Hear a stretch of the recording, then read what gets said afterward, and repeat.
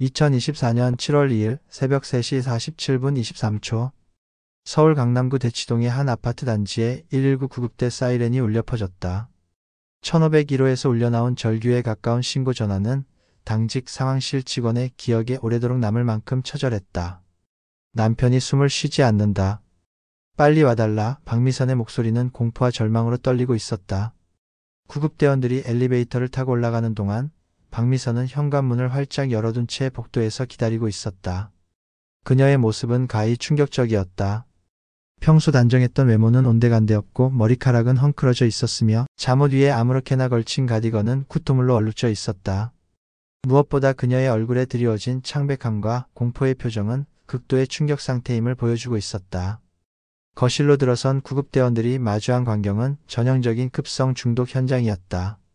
넓은 거실 한가운데 놓인 베이지색 가죽 소파에는 이정호가 고개를 뒤로 젖힌 채 축 늘어져 있었다. 그의 얼굴은 이미 청백색으로 변해 있었고 입가에는 마른 거품이 붙어 있었다. 호흡은 감지되지 않았다. 소파 앞 대리석 테이블 위에는 마치 증거물처럼 놓여진 물품들이 있었다. 소주 2병, 그중 하나는 완전히 비어 있었고 다른 하나는 절반 정도 남아 있었다. 그리고 가장 눈에 띄는 것은 3개의 수면제통이었다. 모두 비어 있었다. 구급대원 김성민은 즉시 이정호의 목 동맥에 손가락을 댔다. 맥박은 없었다. 체온 역시 이미 상당히 낮아진 상태였다. 동료 구급대원은 자동 제세동기를 준비했지만 경험상 이미 때를 놓친 상황임을 직감할 수 있었다. 그럼에도 불구하고 그들은 표준 응급처치 절차를 빠짐없이 수행했다. 심폐소생술, 기도확보, 응급약물 투여. 하지만 이정호는 반응하지 않았다. 이때 화장실에서 격렬한 구토 소리가 들려왔다. 박미선이었다. 구급대원 한 명이 즉시 그녀에게로 향했다. 그녀는 변기에 엎드린 채 위 내용물을 토해내고 있었다. 토사물에서는 강한 알코올 냄새와 함께 약물 특유의 쓴맛이 감지되었다. 무슨 일이냐고 무엇을 먹었냐는 구급대원의 질문에 박미선은 흐느끼며 대답했다. 남편이 같이 죽자며 자신에게 약을 먹였다고 했다. 자신만 겨우 토해서 정신을 차렸다고. 새벽 4시 15분 이정호는 결국 현장에서 사망이 확인되었다. 부검을 위해 국립과학수사연구원으로 응구되었고 박미선은 급성 약물 중독 의심으로 강남성모병원 응급실로 이송되었다.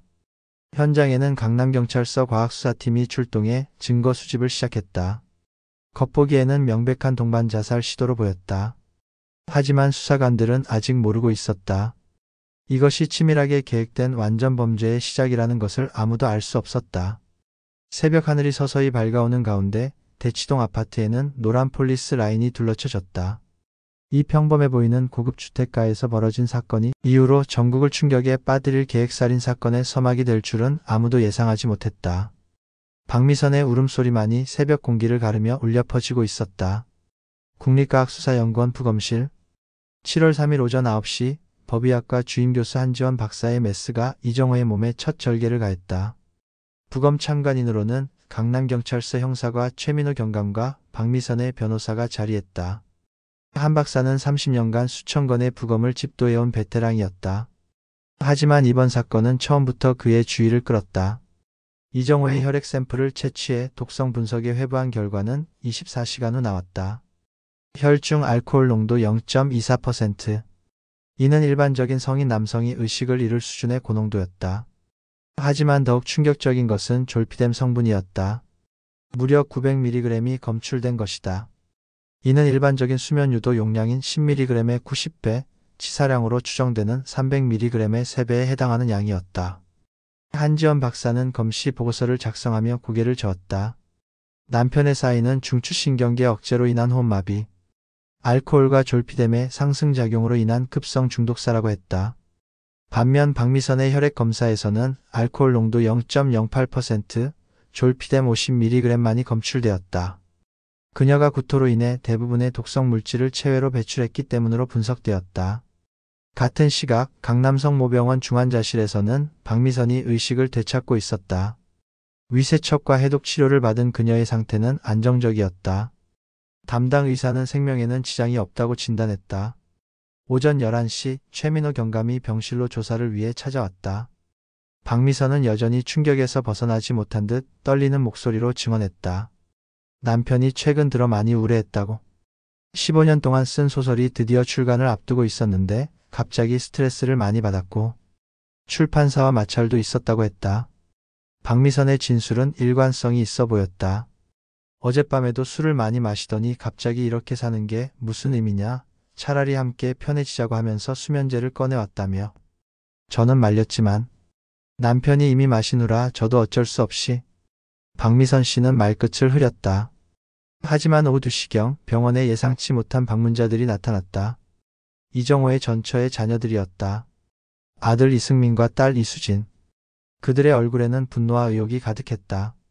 승민이 먼저 입을 열었다. 아버지가 자살하다니 말도 안 된다 했다. 어제까지만 해도 내일 출판사 미팅 때문에 들떠 있었어요. 원고를 몇 번이나 다시 읽어보시면서 기뻐했던 아버지였다고. 수진의 증언은 더욱 구체적이었다. 아버지는 지난주까지만 해도 출간 후 계획을 세우고 계셨고 책이 성공하면 후속작도 쓰겠다고 오랜 꿈이었던 문학상 도전도 해보겠다고 하셨다고. 갑자기 우울증이라니. 두 남매는 한 목소리로 박미선을 의심했다. 계모가 아버지 원고를 계속 탐냈다고. 공동 저작권자로 이름을 올리려고 했는데 아버지가 거절했다고. 이때 수사팀에 중요한 정보가 입수되었다. 박미선의 과거 이력 조회 결과였다. 그녀는 2015년부터 2022년까지 7년간 삼성서울병원 중환자실에서 간호사로 근무했다.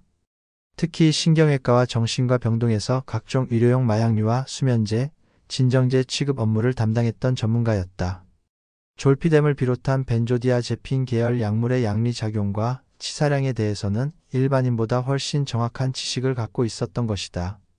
더욱 의미심장한 것은 그녀가 2022년 이정우와 결혼하면서 간호사직을 그만뒀다는 점이었다. 하지만 간호사 면허는 여전히 유효했고 의료진 출입이 가능한 병원 아이디카드도 보유하고 있었다. 수사관들의 머릿속에 의문이 피어올랐다. 과연 이것이 우연일까? 오후 늦게 들어온 추가 정보는 더욱 충격적이었다. 아파트 관리사무소에서 제출한 CCTV 영상이었다. 7월 1일 밤 11시 42분 이정우가 거실로 나오는 모습이 포착되었다. 그런데 그의 걸음걸이가 평소와 달랐다. 평소 술을 마셔도 비교적 멀쩡했던 그가 이날은 과도하게 비틀거리고 있었다. 마치 누군가 술에 무언가를 탄 것처럼. 11시 56분 이정우가 안방 서랍에서 약통을 꺼내오는 장면도 포착되었다. 하지만 그는 약통의 라벨을 제대로 확인하지 못하고 있었다. 거실 조명이 평소보다 어둡게 조절되어 있었고 박미선이 머리 아프다며 진통제를 요청하는 음성도 희미하게 들렸다. 이정호는 취한 상태에서 수면제를 타이레놀로 착각하고 건네준 것으로 보였다. 자정이 넘어서며 수사 방향이 급변하기 시작했다. 단순한 동반자살 시도가 아닐 가능성이 높아진 것이다. 최민호 경감은 팀원들을 소집했다. 내일부터 본격적인 수사에 들어간다. 박미선의 휴대폰 포렌식을 신청하고 아파트 전체 CCTV를 확보하라. 그리고 이정호의 원고가 정말 사라졌는지 확인해 봐야겠다. 사건은 예상과 전혀 다른 방향으로 흘러가고 있었다. 7월 4일 오전 강남경찰서 수사본부는 이정호의 자택에 대한 전면적인 압수수색을 실시했다. 수사관들이 가장 먼저 향한 곳은 이정호의 서재였다. 약 20평형 아파트의 한 방을 통째로 개조해 만든 이 공간은 그의 15년 문학 인생이 고스란히 담겨있는 성소 같은 곳이었다. 벽면 전체를 덮은 책장에는 수천 권의 도서가 빼곡히 꽂혀 있었고 중앙에는 대형 오크 원목 책상이 자리 잡고 있었다. 하지만 수사관들이 마주한 현실은 충격적이었다. 책상 위는 말 그대로 텅 비어 있었다. 평소 이곳에 놓여 있어야 할 27인치 맥북 프로는 흔적도 없이 사라져 있었다. 책상 서랍을 열어본 결과는 더욱 당황스러웠다. USB 보관함에 있어야 할 백업용 저장 장치 3개 역시 모두 사라진 상태였다. 가장 중요한 15년간 집필해온 대하소설 어둠의 강의 400페이지 완성 원고는 그 어디에도 찾을 수 없었다. 수사팀장 최민호 경감은 서재 곳곳을 세밀하게 살폈다. 먼지 패턴을 보면 최근까지 노트북과 원고 뭉치가 있었던 흔적이 역력했다. 책상 오른쪽 서랍에서 발견된 서류는 더욱 의미심장했다. 박미선 명의로 작성된 공동저작권 계약서 초안이었다. 계약서에는 어둠의 강의 저작권을 이정호와 박미선이 50대 50으로 나누어 갖는다는 내용이 적혀 있었다. 하지만 이정호의 사인란에는 강력한 거부 의사가 표시되어 있었다. 빨간 볼펜으로 큼지막하게 쓰여진 절대 안 된다는 글씨가 그의 의지를 보여주고 있었다. 계약서 여백에는 이정호의 필체로 추가 메모가 적혀 있었다. 15년간의 피땀이 담긴 내 작품을 왜 나누어야 하는가? 미선이가 도대체 무슨 생각인지 모르겠다. 결혼했다고 해서 내 지적 재산까지 공유해야 한다는 것은 말이 안 된다. 이 메모는 부부간의 갈등이 얼마나 심각했는지를 적나라하게 보여주고 있었다. 오후 2시 수사팀에 더욱 충격적인 정보가 입수되었다. 이정호가 계약 예정이었던 문학출판사 새벽 대표 김태준과의 연관성이었다. 김태준은 업계에서 촉망받는 젊은 출판인으로 최근 몇 년간 신인 작가 발굴에 탁월한 능력을 보여왔다. 어둠의 강 역시 그가 직접 검토하고 출간을 결정한 작품이었다. 하지만 수사 과정에서 드러난 사실은 충격적이었다. 김태준과 박미선이 1년 6개월 전부터 불륜관계를 유지해왔다는 것이었다. 신용카드 사용 내역을 분석한 결과 두 사람은 강남 일대의 고급 호텔을 정기적으로 이용해왔다. 특히 이정호가 원고 작업에 몰두하는 주말이면 어김없이 만나고 있었다. 호텔 CCTV에도 두 사람이 함께 출입하는 모습이 여러 차례 포착되어 있었다. 더욱 놀라운 것은 김태준의 자백 내용이었다. 수사관과의 첫 대면에서 그는 담담하게 모든 것을 털어놓았다. 박미선이 먼저 이정호 제거를 제안했다는 것이었다. 남편만 없으면 원고의 모든 권리를 독점할 수 있고 그렇게 되면 김태준과 함께 출판사를 공동 운영할 수 있다는 계획이었다. 김태준은 처음에는 농담으로 여겼지만 박미선이 점점 진지해지는 모습을 보고 경악했다고 증언했다. 김태준의 증언에 따르면 박미선은 이정호를 제거한 후 원고 권리를 독점해 베스트셀러로 만들 계획을 구체적으로 세우고 있었다. 15년간 공들인 대작인 만큼 상업적 가치가 엄청날 것이라 확신하며 그 수익으로 더 큰 출판사를 운영할 수 있다고 김태준을 설득했다는 것이다. 특히 박미선은 자신의 간호사 출신 경력을 강조하며 완전 범죄가 가능하다고 자신했다고 한다. 의료 지식을 활용하면 들키지 않게 할 수 있고 동반 자살로 위장하면 누구도 의심하지 않을 것이라고 주장했다. 김태준은 당시 실현 불가능한 망상이라고 생각했다고 털어놓았다. 수사관들은 김태준의 휴대폰과 컴퓨터를 압수해 포렌식 분석에 들어갔다. 동시에 박미선과 김태준 사이의 금전거래 내역도 추적하기 시작했다. 이제 사건의 실체가 서서히 드러나고 있었다. 단순한 부부간의 비극이 아니라 탐욕과 배신으로 얽힌 치밀한 계획범죄의 가능성이 높아지고 있었다. 7월 5일 오전 국립과학수사연구원 디지털 포렌식 센터. 박미선의 아이폰 14 프로맥스가 분해대 위에 놓여 있었다. 센터장 이현수 박사는 20년간 수천 건의 디지털 증거를 분석해온 전문가였다. 하지만 이번 사건에서 발견한 내용은 그조차 경악하게 만들었다. 가장 먼저 발견된 것은 247장의 사진이었다. 모두 어둠의 강 원고를 촬영한 것들이었다. 첫 페이지부터 마지막 페이지까지 400페이지 전체가 빠짐없이 고화질로 촬영되어 있었다. 촬영 날짜는 6월 15일부터 6월 28일까지 약 2주에 걸쳐 체계적으로 이루어졌다. 이정호가 외출한 시간을 노려 몰래 촬영한 것으로 추정되었다. 더욱 충격적인 것은 삭제된 메시지 복구 결과였다. 박미선과 김태준 사이에 주고받은 카카오톡 메시지들이 고스란히 복원되었다. 특히 6월 30일 밤 11시부터 7월 1일 새벽 2시까지의 대화 내용은 가히 소름 끼치는 수준이었다. 박미선은 다음 날이면 모든 것이 끝날 것이며 이미 수면제 30정을 소주에 미리 녹여두었다고 김태준에게 알렸다.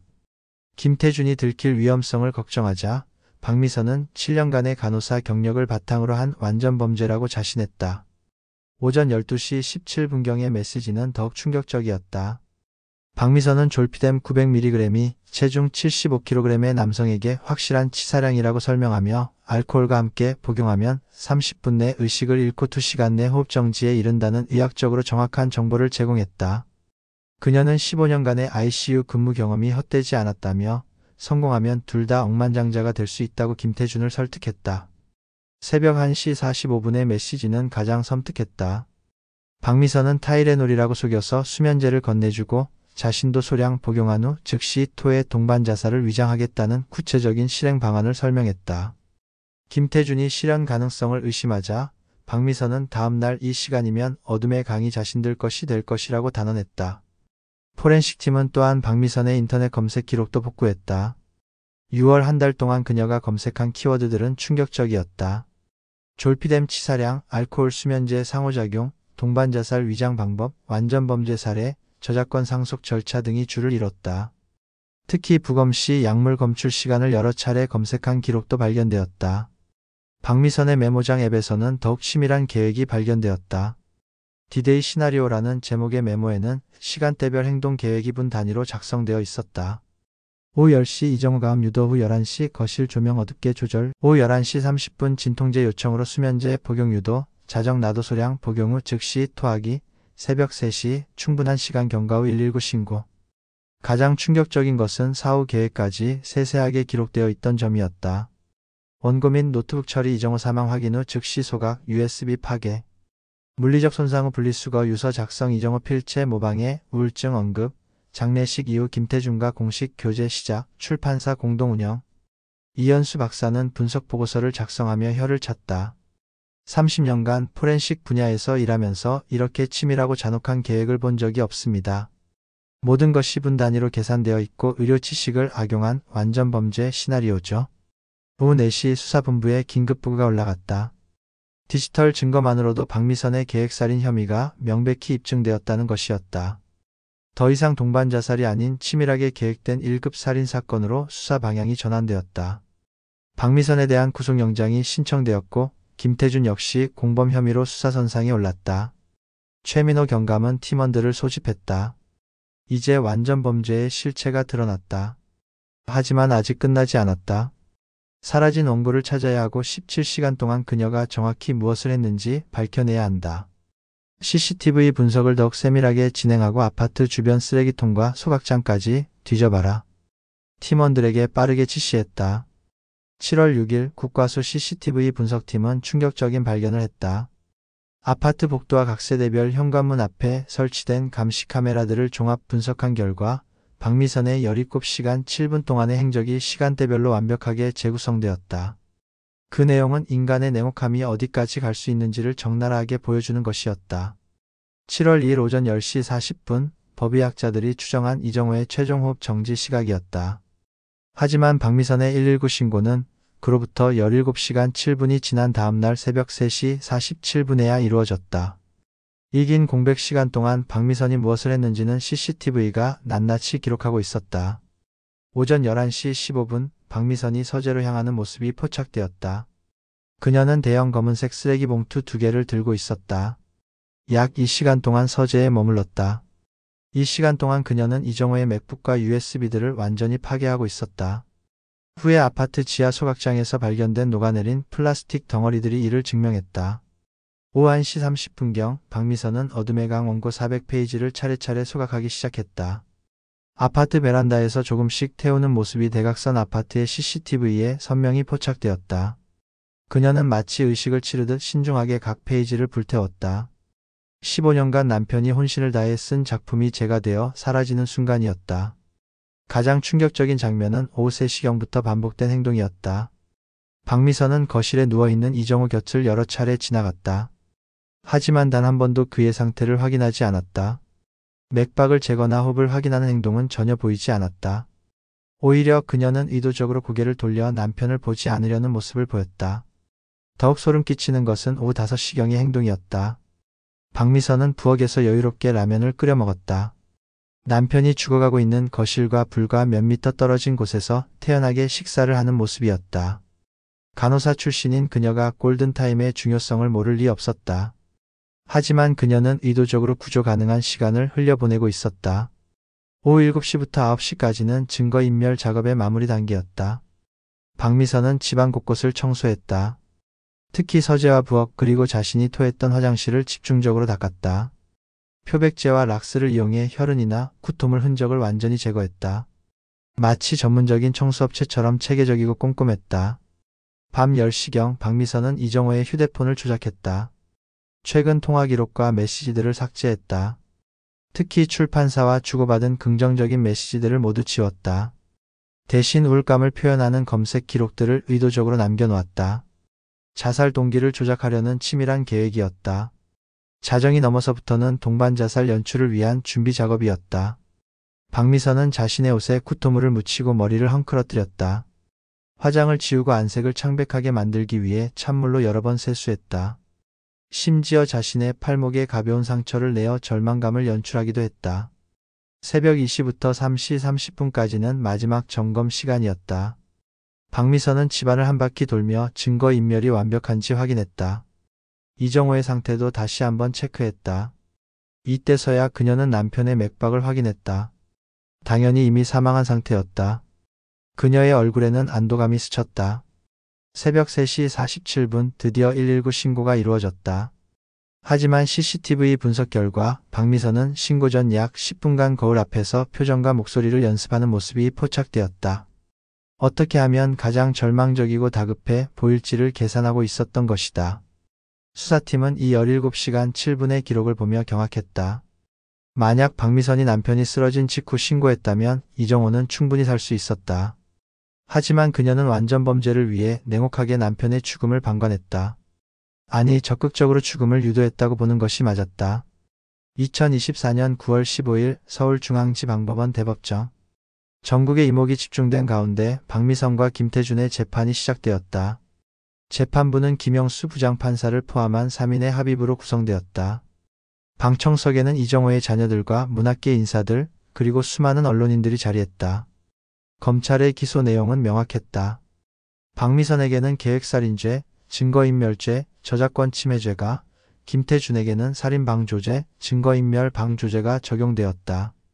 특히 박미선의 경우 간호사 자격을 악용한 전문지식 범죄 가중처벌 조항까지 적용되었다. 첫 번째 공판에서 검찰은 디지털 포렌식 증거를 집중적으로 제시했다. 박미선의 휴대폰에서 복구된 247장의 원고 사진과 김태준과의 살인 계획 메시지들이 법정에 공개되었다.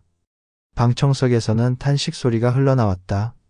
간호사 출신인 박미선이 졸피뎀 900mg의 치사량을 정확히 계산하고 알코올과의 상승작용까지 고려한 의학적으로 완벽한 살인 계획을 세웠다는 사실이 드러났다. 두 번째 공판에서는 CCTV 분석 결과가 공개되었다. 17시간 7분 동안의 박미선의 행적이 시간대별로 재현되었다. 특히 남편이 죽어가는 동안 여유롭게 라면을 끓여 먹고 의도적으로 고개를 돌려 상태 확인을 거부하는 장면이 공개되자 방청석은 술렁였다. 이정호의 딸 수지는 눈물을 흘리며 법정을 나갔다. 세 번째 공판에서는 국과수 부검 결과와 독성학 분석이 제시되었다. 한지원 법의학 교수는 증인으로 출석해 이정호의 사인이 명백한 타살임을 증언했다. 혈중 졸피뎀 농도가 치사량의 3배에 달했고 이는 의도적인 과량 투여 없이는 불가능한 수치라고 설명했다. 박미선 측 변호인은 정신적 충격과 우울증을 주장하며 선처를 호소했다.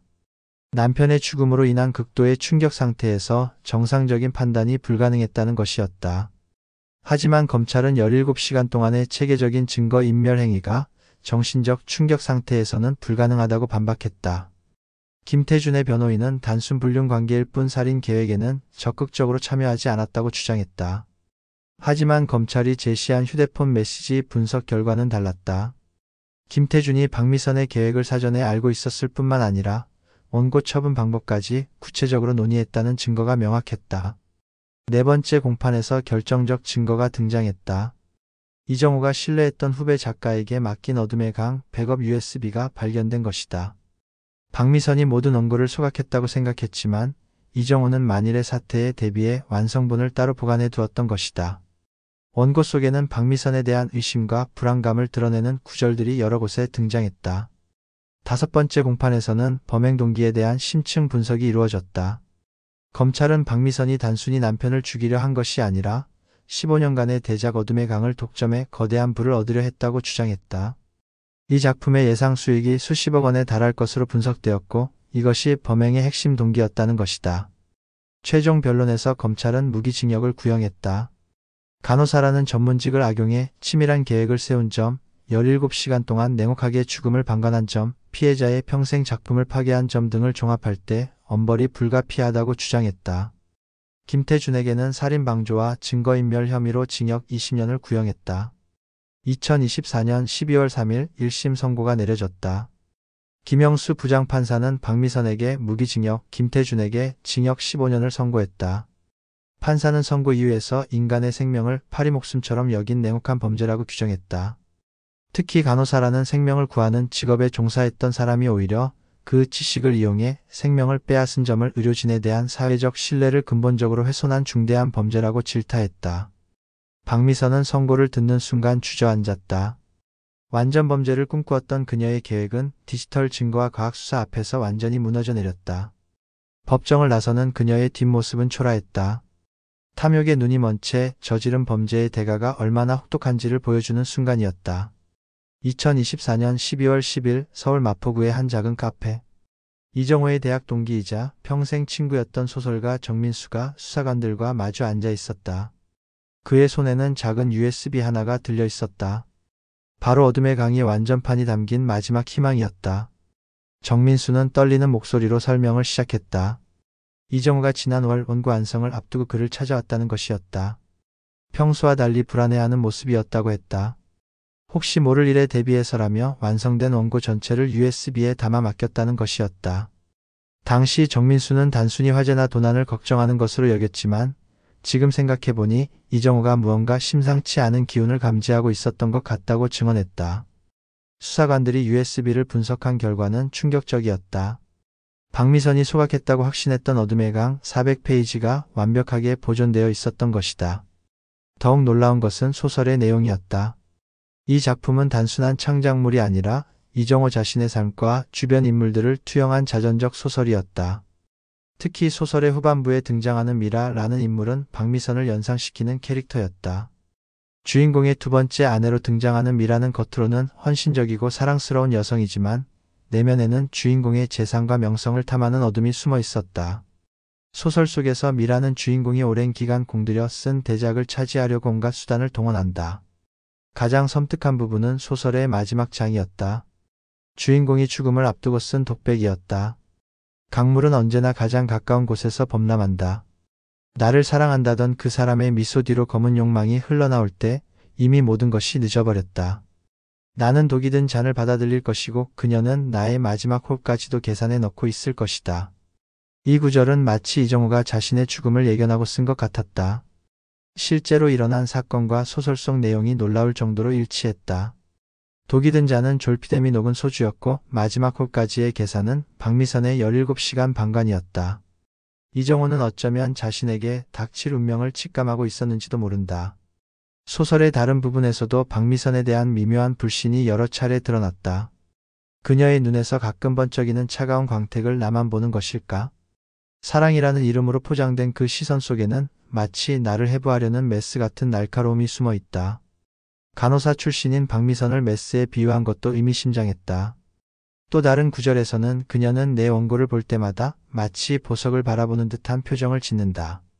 작품에 대한 예술적 감동이 아니라 그 너머의 무언가를 갈망하는 시선이다. 나는 때때로 두려움을 느낀다. 그녀가 사랑하는 것은 나일까? 아니면 내가 만들어낼 부와 명예일까? 라고 적혀 있었다. 문학평론가들은 이 작품을 예언적 걸작이라고 평가했다. 이정호가 15년간 공들인 이 소설은 단순한 픽션이 아니라 현실에 대한 예리한 통찰이 담긴 작품이었다. 그는 작가적 직감으로 자신을 둘러싼 위험을 감지하고 있었고 그것을 소설이라는 형태로 기록해 두었던 것이다. 가장 충격적인 발견은 소설의 에필로그였다. 여기서 주인공은 이미 죽은 상태로 설정되어 있었고 유령이 되어 자신의 죽음을 바라보는 내용이었다. 나는 그녀가 내 시신 곁을 지나가며 고개를 돌리는 것을 보았다. 17시간 동안 그녀는 단 한 번도 나를 돌아보지 않았다. 사랑했던 사람의 마지막을 외면하는 그 모습이야말로 진정한 지옥의 풍경이었다. 이 구절을 읽은 수사관들은 경악했다. 박미선의 17시간 방광과 정확히 일치하는 내용이었다.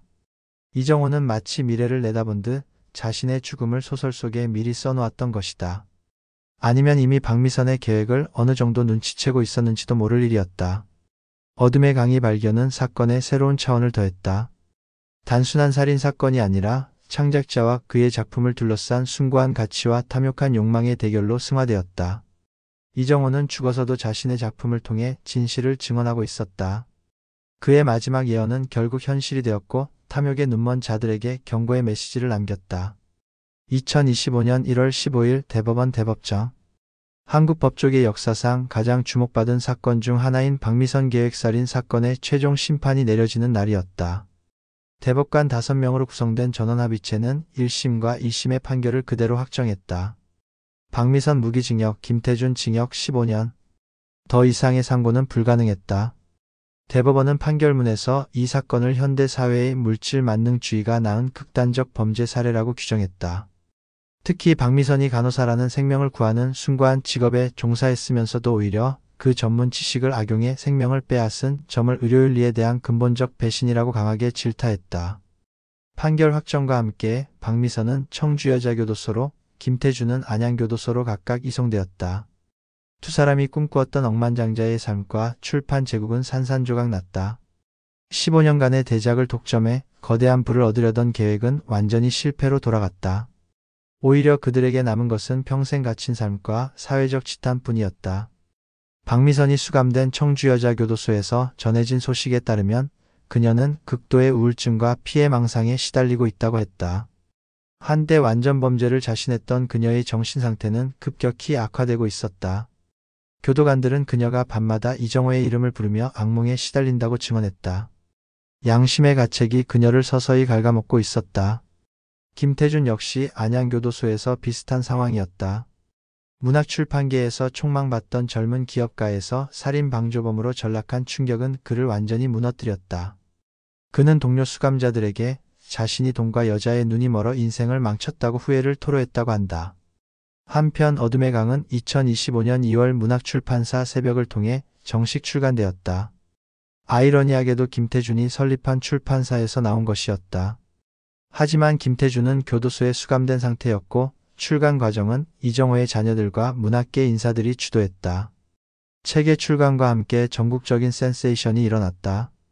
사건의 화제성과 더불어 작품 자체의 뛰어난 완성도가 독자들의 찬사를 받았다. 특히 박미선을 모델로 한 미라 캐릭터와 주인공의 죽음을 예견한 마지막 장면들은 현실을 뛰어넘는 예언적 통찰이라는 평가를 받았다. 출간 첫 주 만에 어둠의 강은 전국 서점가 1위에 올랐다. 온라인 서점들도 연일 품절 사태를 빚었다. 독자들은 이 작품을 단순한 소설이 아니라 한 작가의 마지막 유언으로 받아들였다. 15년간 공들인 대작이 마침내 세상의 빛을 보게 된 것이다. 더욱 의미 있는 것은 수익금의 처리 방식이었다. 이정호는 유언을 통해 자신의 모든 저작권 수익을 이정호 문학장학재단에 기부하도록 했다. 이 재단은 경제적 어려움 때문에 꿈을 포기하는 신인 작가들을 지원하는 것이 목적이었다. 박미선과 김태준이 탐냈던 거대한 수익금은 결국 문학의 미래를 위해 쓰이게 되었다. 어둠의 강의 성공은 계속되었다. 출간 6개월 만에 100만 부 돌파라는 기록을 세웠다. 영화와 드라마와 제안도 쇄도했다. 해외 번역 출간도 활발히 진행되어 10개국 이상에서 번역 출간이 확정되었다. 이정호가 평생 꿈꾸었던 세계적인 작가의 꿈이 죽음 이후에 실현된 것이었다. 2025년 12월 사건 발생 1년 후 박미선과 김태준의 근황이 전해졌다. 박미선은 교도소 병동에서 항우울제 치료를 받고 있었다.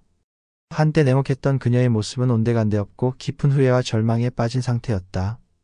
간수들은 그녀가 매일 이정호에게 용서를 빌며 눈물을 흘린다고 증언했다.